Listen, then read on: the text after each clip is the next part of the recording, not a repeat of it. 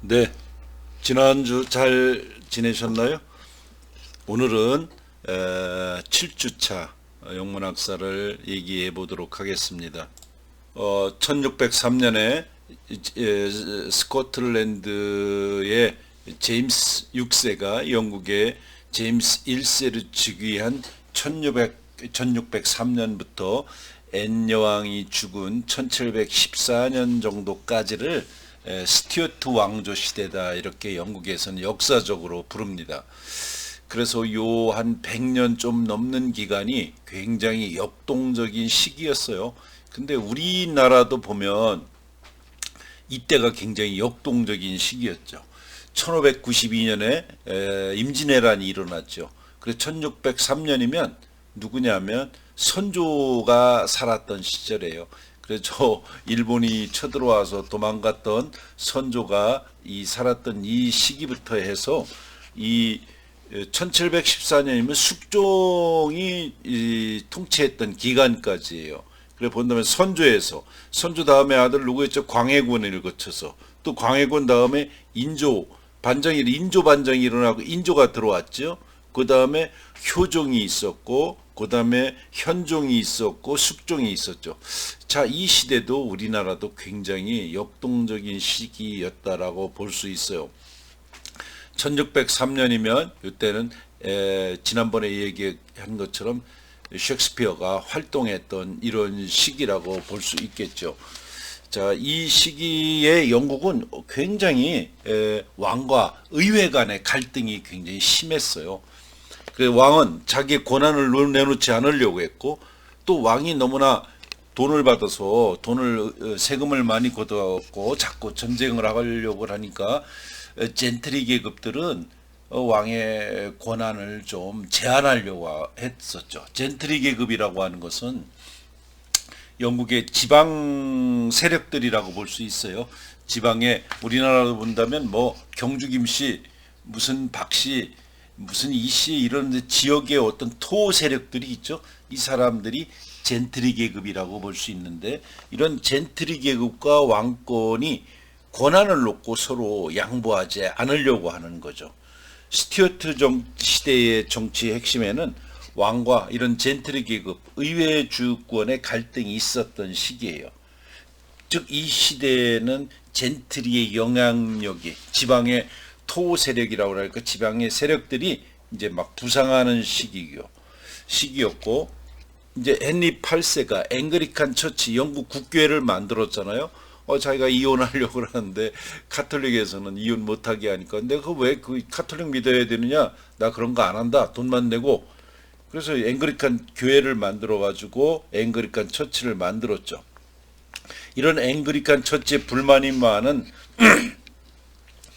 청교도들이 이제 문제를 자꾸만 발생시키고 결국 내전으로 이제 내부에서 싸움을 하게 되는 거죠. 처음에는 왕과 의회 젠트리 사이의 주도권 쟁탈전으로 시작이 됐죠.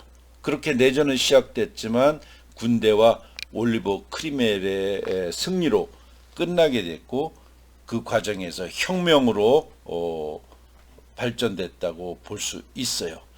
크로멜이 실험한 그 공화정은 왕정에 대한 대안을 찾으려는 시도였어요. 결국은 왕이 너무 세니까 맘대로 하고 막 세금 걷고 그러니까 그거를 차단하려는 시도였지만 결국 실패하고 1660년에는 잉글랜드는 다시 왕정으로 돌아갔어요. 레스토레이션이라고 그러죠. 왕정 복고. 그 왕정 복고 후에 잉글랜드는 또 한 차례 종교 문제로 갈등을 겪죠. 그래서 카톨릭 교도인 제임스 2세, 1685년에 제임스 2세를 축출함으로써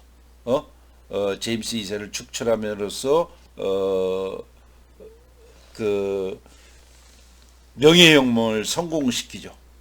1688년에 명예혁명을 성공시키고, 이 명예혁명은 왕권에 대한 의회 주권론을 최종적으로 확정됐다. 그래서 결국은 명예혁명은 왕권을 약화시키고 의회의 권한을 더 높여서 의회가 세게 만들었죠. 이 원칙은 다시는 도전을 받지 않았다는 것이죠.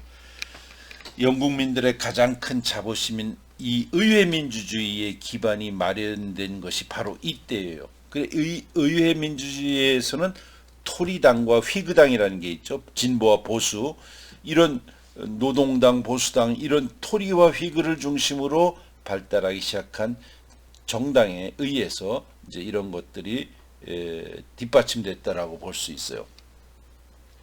명예혁명이 일어나고 의회를 장악한 지주층은 농업 자본주의를 진척시켰고, 팽창하고 있는 식민지 해외 무역에 적극적으로 참여를 해서 잉글랜드가 부르주아 사회로 전환하는데 주도적인 역할을 했다고 볼 수 있습니다. 그래서 이런 스튜어트 왕조 말기에는 영국은 유럽에서뿐만 아니라 세계적으로도 중요한 국가로 부상을 했다. 자, 이때에 다니엘 디포, 조나단 스위프트 등과 같은 소설가들이 이제 로맨스에서 소설과 그 사이에 이제 나타나기 시작을 했죠. 그 17세기 말에서 18세기 초에 잉글랜드는 아우구스투스 치세의 로마에 이제 비견됐어요. 1707년에 성립된 잉글랜드와 스코틀랜드의 합병은 수백 년 동안 투쟁 관계에 있었던 브리튼 섬의 두 왕국을 통합해서 영국이라는 연합 왕국을 탄생시켰다고 볼 수 있죠. 자, 그래서 이 100년 좀 넘는 110몇 년 동안의 영국의 역사를 짧게 얘기했는데, 여러분들이 이 스튜어트의 역사를 여러분들이 한번 다른 영국의 역사책을 보면서 여기에 살을 붙여보시기 바랍니다. 또 이 시기에 중요한 거는 1620년에 영국에서 앵글리칸 처치와의 갈등이 생기니까 프로테스탄트들이 종교의 자유를 찾아서 1620년에 102명의 그 청교도들, 필그림 파더스라고 그랬지, 청교도들이 메이플라워를 타고 아메리카 대륙을 향해 떠나게 됐죠. 그들이 뉴 잉글랜드의 최초로 식민지를 건설해서 오늘의 미국을 만들게 되는 계기가 되는 거죠. 자, 이때에 이러한 새로운 개척, 이런 것들이 시작됐던 시기다. 1679년에 찰스는 의회를 해산하고 새로운 선거를 하죠. 이 선거는 정당 노선을 따라서 행해진 최초의 선거였는데, 왕에게 충성한 사람들은 궁정당, 코트 파티, 궁정당을, 반대한 사람은 칸츄리 파티, 지방당을 형성했어요. 선거에서 후자가 절대 다수로 승리했다는 사실은 국민의 반카톨릭 정서를 보여주죠. 1679년에 소집된 의회의 가장 중요한 사항은 왕의 계승 문제였어요. 찰스에게는 18명의 서자가 있었으나 적자는 한 명도 없었기 때문에 동생 제임스가 계승자가 될 수밖에 없었어요. 근데 그는 카톨릭 신자였죠. 제임스의 계승을 막기 위해서 의회가 카톨릭 교도의 왕의 계승 배제 법안을 토의하기 시작하자 동생의 계승을 원하고 있던 왕은 의회를 해산했던 거예요. 그래서 새로운 선거가 시작됐을 때 휘그와 토리라는 용어가 보편적으로 쓰여요. 휘그, 토리당, 휘그당. 이 용어들은 처음에는 경멸조로 사용됐던 거죠. 휘그라는 말은 무슨 말이냐면, 영국의 저 위에 몰입부분 스코틀랜드 쪽에 스코틀랜드의 가축, 도적을 의미하는 말로 자연히 신교도를 지지하는 파에 사용이 되었고, 아일랜드의 산적을 의미하는 그 비하 쪽, 그 경멸조의 별명이었던 산적 토리는 카톨릭 지지자를 의미했어요. 토리를 카톨릭 지지자라고 칭하는 것은 사실 정확하게 맞아 떨어지는 것은 아닐 수가 있다고 그래요. 이들은 영국 국교의 신봉자들이었고 카톨릭 교도들에게 관용을 베풀려고 하지 않았어요. 어쨌든 당시 상황에서는 토리는 제임스 왕의 계승을 지지함으로써 토리라는 명칭을 얻게 되었다. 이렇게 볼 수 있습니다. 그래, 휘그당과 토리당이 바로 이때쯤 영국에서 등장하게 된 거다. 1689년에 영국의 그 권리장전은 미국의 독립선언, 버지니아 권리장전, 매사추세츠 권리선언 등에도 영향을 주었고 이들을 통해 다시 프랑스 인권선언에도 영향을 미쳤다고 그러죠. 이 시대에 또 나타난 대표적인 사람이 존 로크죠. 존 로크는 19세기까지 영국 사회를 장악했던 휘그 정치 사상의 기반을 마련한 사람이죠. 1670년에서 1680년대에 휘그파의 샤프츠버리 백작의 밑에서 일하던 로크는 백작과 더불어 네덜란드에 망명했다가 제임스 2세가 축출된 후 돌아와서 회구의 명분을 정당화하는 이론을 제시했죠. 그 로크는 정치 사상가일 뿐만이 아니라 경험주의 철학을 기초를 마련했는데, 철학자로서 로크는 모든 지식은 경험에서 나온다고 보고 경험의 기초는 감각적 지각이기 때문에 인간의 오성은 절대적 확실성에 도달할 수 없다, 이렇게 얘기를 했죠. 이처럼 절대적으로 확실한 진리는 없다고 믿었기 때문에 그는 그럴듯한 지식에 근거해서 타인을 처벌하는 것을 비합리적 행동으로 간주했어요. 그래서 그는 절대왕정을 혐오하고 제한된 정부를 주장함으로써 자유주의의 기초를 마련했다고 볼 수 있어요. 자, 어떻게 보면 존 로크 참 재밌는 사람이에요. 이때 샤프츠버리 백작이 런던에서 밀려나서 시골에 와 있었는데 로크는 원래 의대를 다녔어요. 그래서 의대를 다녀서 뭔가 그때만 해도 의학이 지금 같은 때가 아니어가지고 좀 의학 기술을 알고 있었는데, 샤프츠버리 백작이 지금으로 하면 총리급의 버금가는 대단한 정치적 실권자였는데 몸이 안 좋아서 서울 근교에 내려와 있던 로크를 만나게 돼가지고 간에 종양이 생겨서 간 수술을 로크가 해줘요. 그래서 이 샤프츠버리 백작이 어떻게 잘 치료가 됐는지 생명을 구하게 되죠. 그래서 그 다음부터 로크와 샤프츠버리 백작은 이제 한 몸이 돼서 로크가 샤프츠버리 백작의 정치 철학을 완성하게 되는 거예요. 그래서 참 사람을 누구를 만나느냐에 따라서 굉장히 운명이 바뀐다고 볼 수 있죠. 그래, 이 샤프츠버리 백작이 정치에서 좀 밀려나서 지방에 와서 쉴 때 로크를 만나고, 로크는 머리가 좋으니까 그 사람의 정치 철학을 완성해주고, 그래서 그 뒤에 로크는 시민정부론 같은 사회 계약론을 또 쓰고 그랬죠. 한번 언제 나중에 로크에 대해서 한번 강의할 기회가 있으면 그때 또 한번 자세하게 보도록 하겠습니다. 스튜어트 왕조의 말기에 보면 윌리엄 3세, 메리 2세, 앤여왕은 1714년에 죽었는데 즉위는 1702년에 했죠. 이 사람들의 이제 시기에 영국의 은행이 이제 창설되죠. 윌리엄과 메리의 치세 때 일어난 가장 중요한 사건이에요. 당시 프랑스와 전쟁으로 돈이 필요하게 된 정부는 120만 파운드를 정부에 대부해주는 대가로 잉글랜드 은행에 예금 수신, 대부 은행권의 발부 등의 특혜를 주었고, 이 은행을 통해서 정부는 신용에 의존해서 대외전쟁을 치를 수 있었고 식민정책도 추진할 수가 있었어요. 그래서 은행이 이때 이제 나타나게 됐다. 자, 이렇게 해서 스튜어트 왕조를 대충 설명했는데, 이 로마 시대의 아우구스투스 시대와 앤여왕 때가 이제 비슷하다고 그래서 이 시대를 어거스탄의 에이지라고 한다.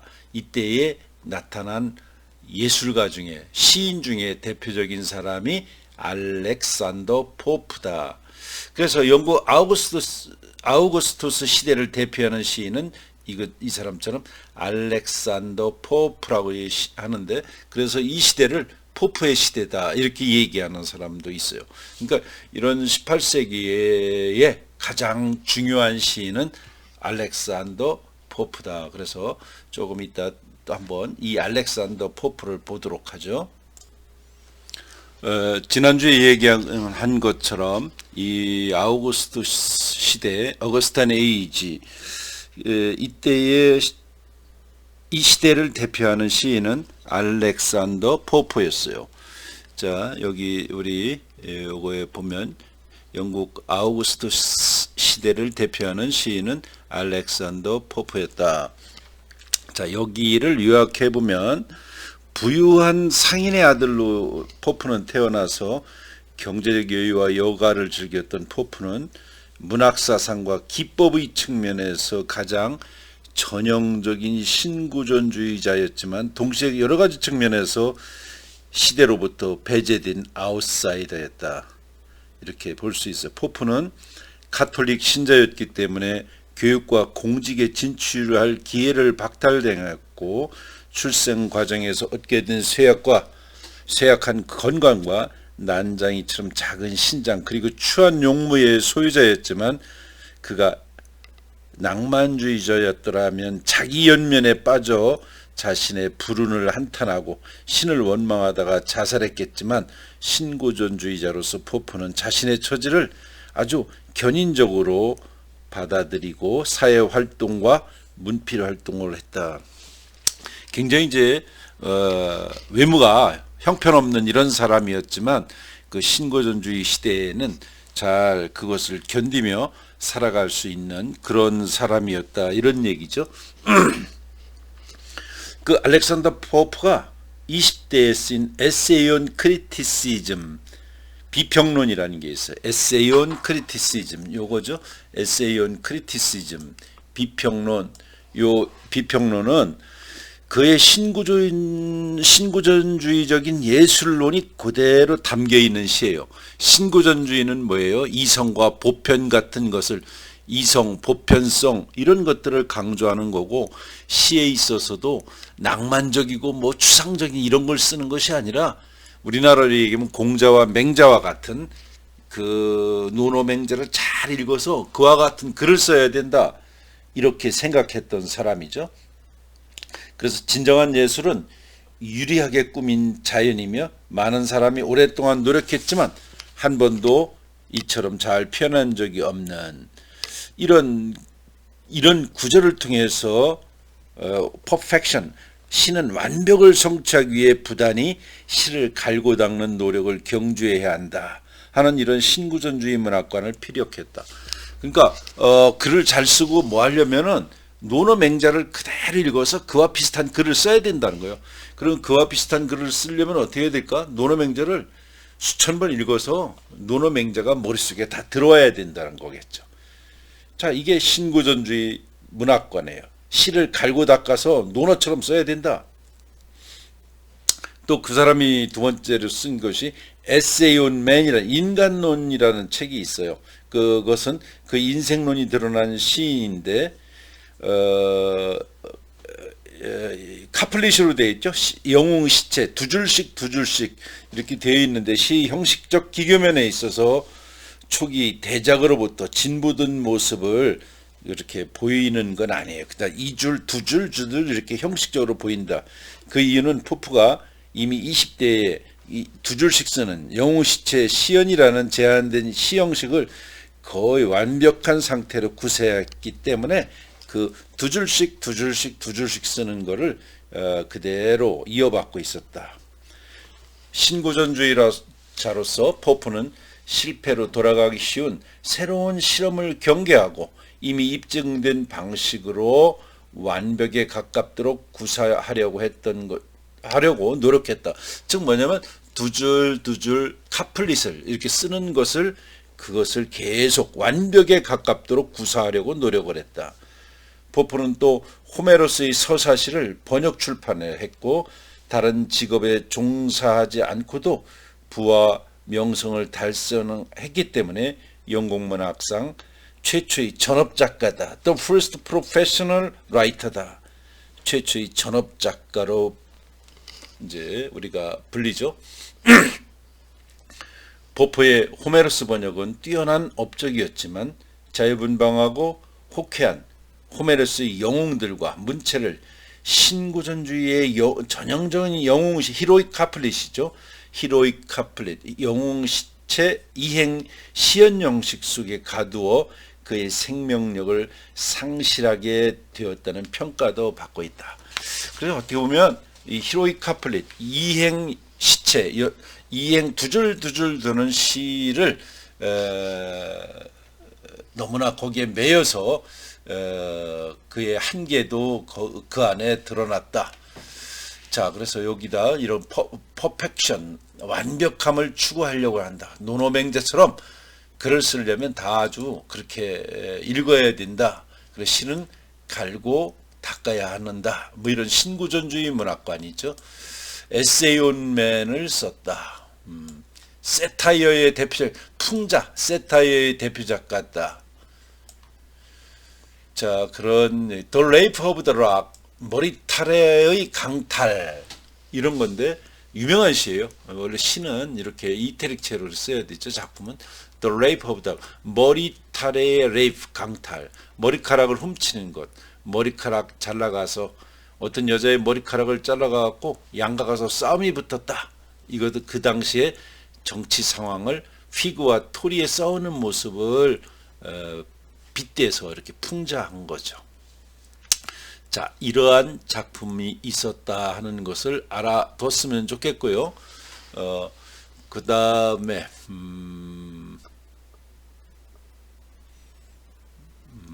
이제 그 다음에 이 18세기에는 이제 18세기가 들어오면 근대 소설이 탄생이 된다.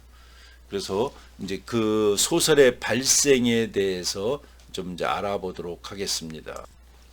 18세기에는 근대적 의미의 나블, 소설이 발생한 시기였고, 요 18세기 이전은 영국에서 발생한 산문은 로맨스라고 그래요. 로맨스. 자, 이 나블과 로맨스 여기다 한번 쳐보면 로맨스와 나블의 차이점은 뭐냐? 로맨스는 산문으로 돼 있지만 어떻게 보면 그 뭘까 현실성이 떨어진 거예요. 나블은 to real life예요. 현실적인 얘기. 이 로맨스는 어느 왕자가 또는 어느 공주가 숲속에 이렇게 어려움에 처했는데 백마를 탄 기사가 나타나서 다 구해준다. 이렇게 현실성이 없는 얘기와 같은 추상적인 사랑 얘기 이런 것이 로맨스예요. 근데 나블은 뭐냐면 우리 동네가 개발이 돼가지고 자동차끼리 이렇게 나고 땅값에 올라가서 옆에 시비가 걸려서 싸우게 됐다. 이렇게 현실에 관한 얘기를 다루는 건 나블이에요. 그러니까 18세기에는 이 로맨스의 시대는 가고 이런 나블, 소설의 시기, 노벨러티에서 왔죠. 노벨러티. 이거는 새로움 이런 거예요. 새로움. 그러니까 그전에는 로맨스였는데 이제는 그런 로맨스, 뭐 황당한 얘기는 사라지고 현실의 얘기가 소설로 다뤄졌는데 그 글로 다뤄졌는데 이것을 나블이라고 한다. 왜 그러냐? 로맨스로부터 좀 새롭다. 그래서 노벨러티 이런 것이죠. 자, 그래서 이 다니엘 드포가 있어요.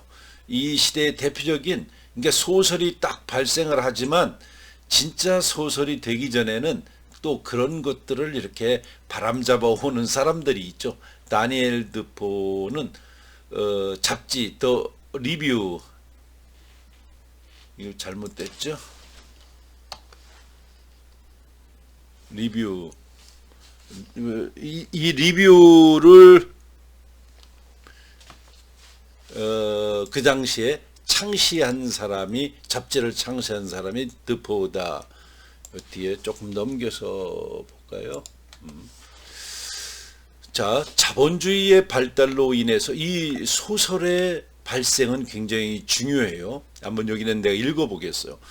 자본주의의 발달로 인한 중산계급의 급격한 성장과 인쇄술의 보편화, 그래서 중산계급이 생기고 장사가 이제 되니까 인쇄술의 보편화는 독서계의 중심을 궁정에서 런던 상인계급으로 변화시키는 발판을 마련했다.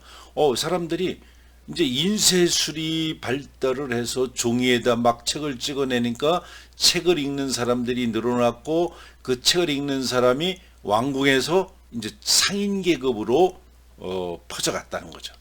이는 어떤 형식으로든 그들의 수준이나 취향에 맞는 새로운 문학 형식이 탄생하여야 함을 의미한다.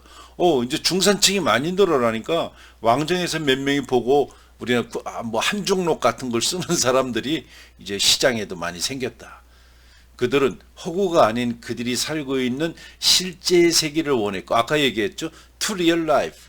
저 공주가 숲속에서 악한이 나타나서 막 위험에 빠졌는데 그거를 구해주는 이런 허망한 얘기가 아니고 실제 세계의 얘기를 원했고, 시의 난해하고 고급스러운 문체에는 관심이 없었기 때문에 너무나 호모처럼 글을 써야 되는 거예요. 그건 이제 어렵지. 논어 맹자 이런 거 계속 해야 되니까 그 형식은 주제나 문체에 있어서 지금까지 문학과 전혀 다른 종류이어야 했다. 그러니까 로맨스가 그런 거였는데 그런 형식은 이제 안 통하는 거예요. 그래서 주제나 문제에 있어서 지금까지 문학과는 전혀 다른 종류이어야 했다. 그리고 그것이 바로 소설, 나부리다 이제 소설이 발생했다는 이 배경을 얘기해 줬어요.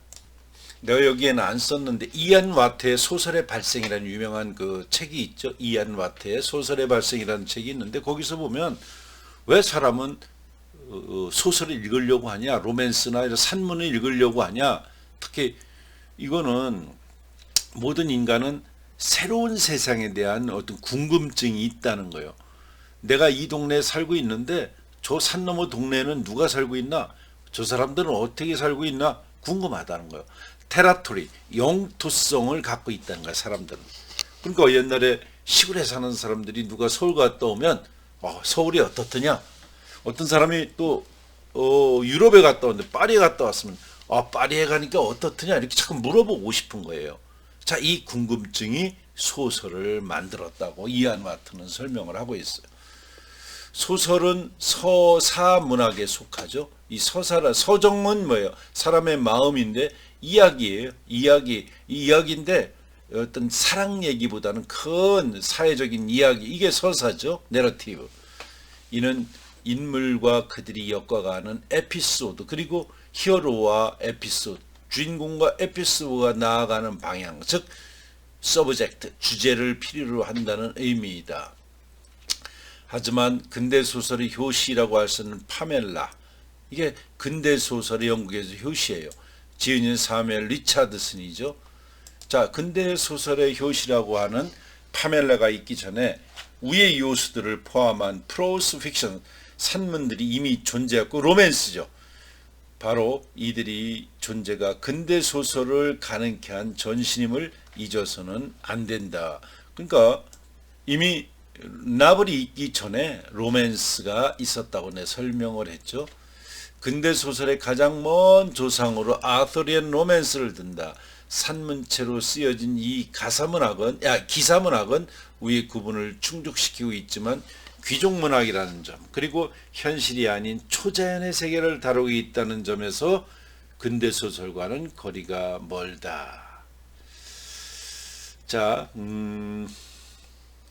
뭐 이때 이제 괴기소설, 피카레스크 나블, 악당소설 이런 것이 있는데, 피카레스크 나블, 이 악당소설은 중산계층 또는 하층민의 이야기를 현실을 무대로 하여 펼쳐가고 있으므로 로맨스에서 진일보하였으면 틀림이 없으나 근대소설이 갖는 가장 커다란 특징 중에 하나인 플롯을, 이야기가 흘러가는 그 구조, 이게 이제 플롯이죠. 플롯을 결여하고 있다는 단점으로 인해 근대소설과는 구별된다. 또 소위 피카레스크식 구성의 선조인 선조는 아서리안 로맨스이고 주인공이 갖가지 에피소드를 겪으며 결말을 향해 가나 그 에피소드들 간 또는 에피소드들과 전체적인 주제와의 긴밀한 관계가 형성되지 못한 구성을 말한다.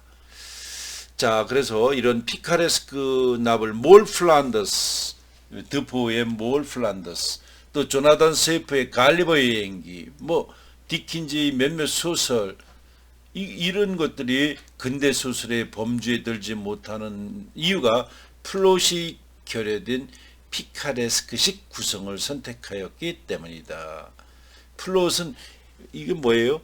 누가 태어나서부터 쭉 죽을 때까지 이야기가 아니라, 자, 이 남녀가 사랑을 하는 것부터 이제 그 사람이 살아온 얘기를 전개해 나가자는 바로 이와 같은 것이 플롯이라고 볼 수 있어요. 자, 그래서 오늘은 소설의 발생까지 이렇게 해봤어요. 그레이브야드 스쿨, 스튜어트 왕조의 끝 무렵, 앤 어거스탄 에이지, 여기를 다뤄봤어요. 그래서 근대 소설의 발생을 조금 얘기하고 그 다음에 시로 돌아가서 낭만주의의 특징 같은 것들을 한번 또 살펴보도록 하겠습니다.